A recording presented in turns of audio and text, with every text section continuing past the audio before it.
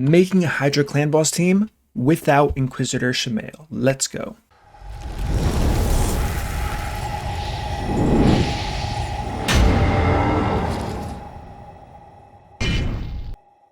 What up, team? It's your boy MurderInc here. Timestamps below. As always, today we're going to be talking about making a Hydra clan boss team without Inquisitor Shamael. So I've used my 3 keys for the week, so it's not going to be in this video, but I still need you for this video because I want to know what you want out of that team. That's important because I can probably make tons of teams, but if it's not going to be fitting what the community wants, I mean, what good is that going to do? So I've already been to a couple of streams of people without Shamael. I've helped them out. I've gotten some people's damage up to over 10 million damage on Brutal without crazy gear. Now you can say, Murder, what's 10 million damage on Brutal if you're crazy endgame? They weren't crazy endgame. They didn't have crazy gear. They were using broken sets, and my basic ideas without having it on my account worked. So I'm going to be using types of those ideas. I'm going to have much more champions on my account, of course, to test with, but I want to know a few things from you guys, so make sure you're sharing this around, and it's important you comment. So smash like now and get ready to comment what you want to see, because that's going to determine the type of team I make overall. So first thing I want to know, what difficulty do you want to see a team for? That's going to be a big thing.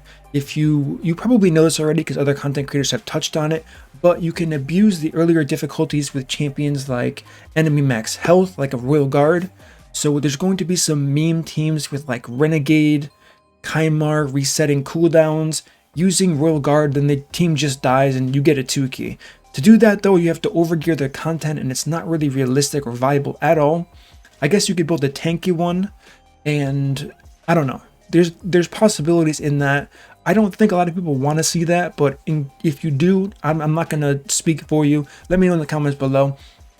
Do you want to see, like I said, difficulty is going to matter a lot here, and for mostly the reason why I explained. If you want to see normal and hard teams that you don't have to overgear to complete, because there are a lot of endgame players who are struggling on those difficulties, even with those strategies out there. So I don't want to speak for them in case they do want that. Maybe I can do options. I don't know, but this is me making a video reaching out to you guys saying, what type of teams do you want to see? Do you want to be able to kind of sustain a team? Speed tuning, probably not possible.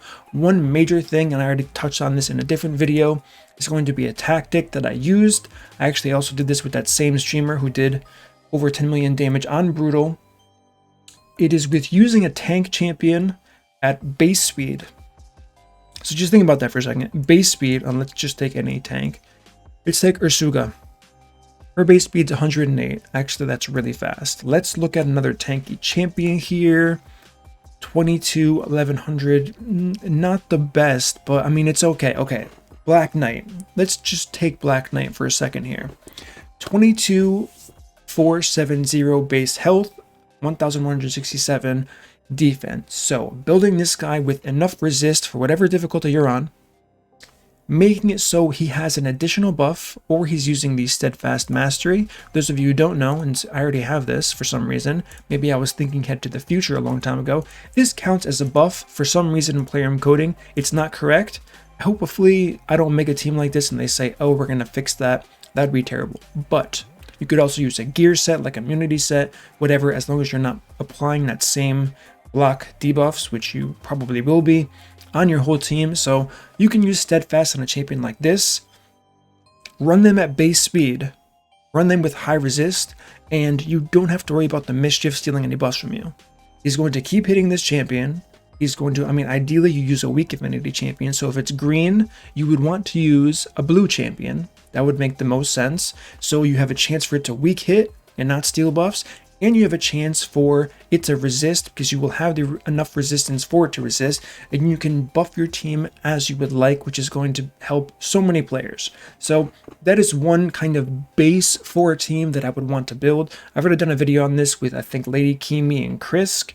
Krisk was the one that I used as the slow champion. He goes all the way down to 94 speed. The lower base speed, the better. So maybe this will give you guys more ideas to give me in the comment section of champions I could use when I'm formulating this idea. Maybe I won't think of it at the time.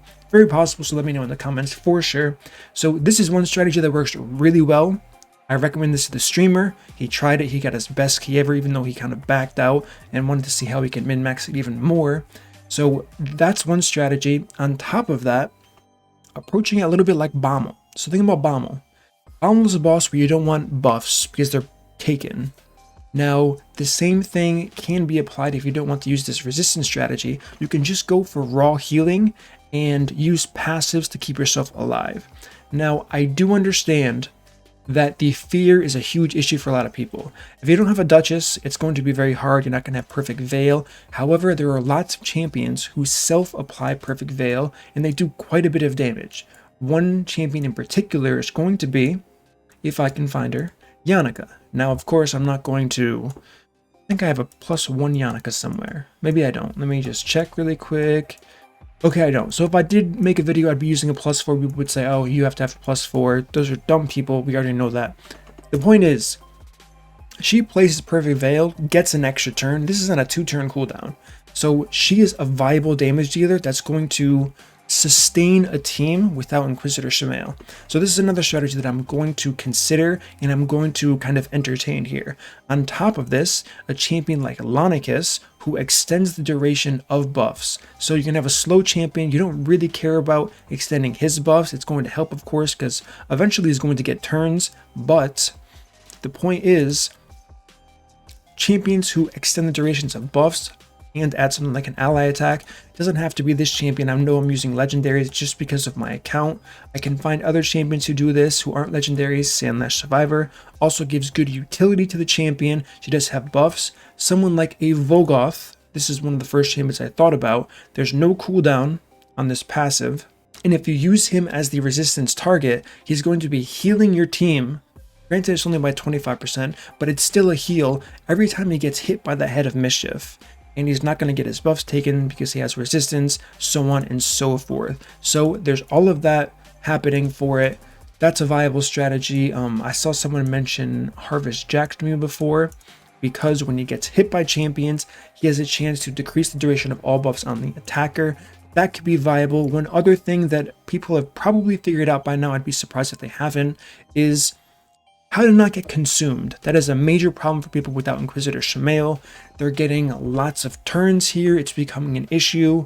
My champions are getting eaten over and over again. I don't have the damage. If Mischief eats my champion, how am I supposed to break them out? The answer is when the Head of Suffering applies reflect damage onto your team, or onto himself rather, you use a champion, wait for him to have 1 turn or 2 turns or whatever left remaining on that Devour debuff, then use your hardest hitting attack on the Head of Suffering, kill yourself, and it's going to reset the duration of that mark on a separate champion. So you never got consumed, you never got devoured. You can revive that champion, of course, and game, set, match, right? So there's lots of strategies that I'm looking forward to using. Oboro, another champion that I already know, gives herself Perfect Veil. Actually, does she have to kill? Let me see. Place above if the attack is critical. Okay, so just to be a crit. So another champion, perfect example of a champion here. This is Revive on Death. Okay, so even tankier because she has Revive on Death, so gives her more turns for sure.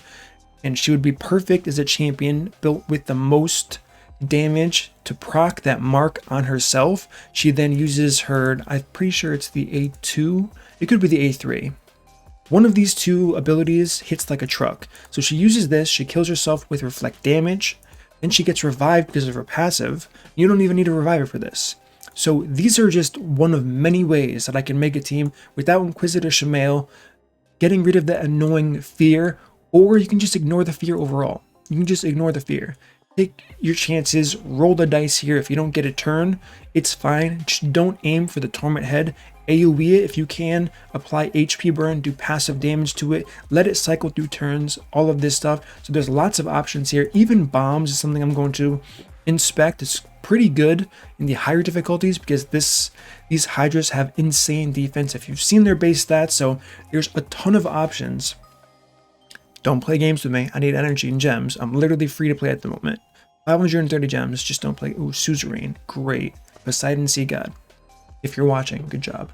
So there are many ways to make non-Shamael teams. I look forward to getting into that once I get onto the test server and once I test a few things first. So it's important I get your feedback in the comments on the types of teams you want to see, some of the difficulties you want me to kind of focus on. I'm assuming most people won't care about Nightmare. Maybe endgame players will. The overall ideas of the teams, like I said, they will change. Normal hard is going to be much different than brutal. Nightmare, unless I get lucky, it's really rare you get one of those Bat Eater type teams. I mean, that was like 1 in a million, right?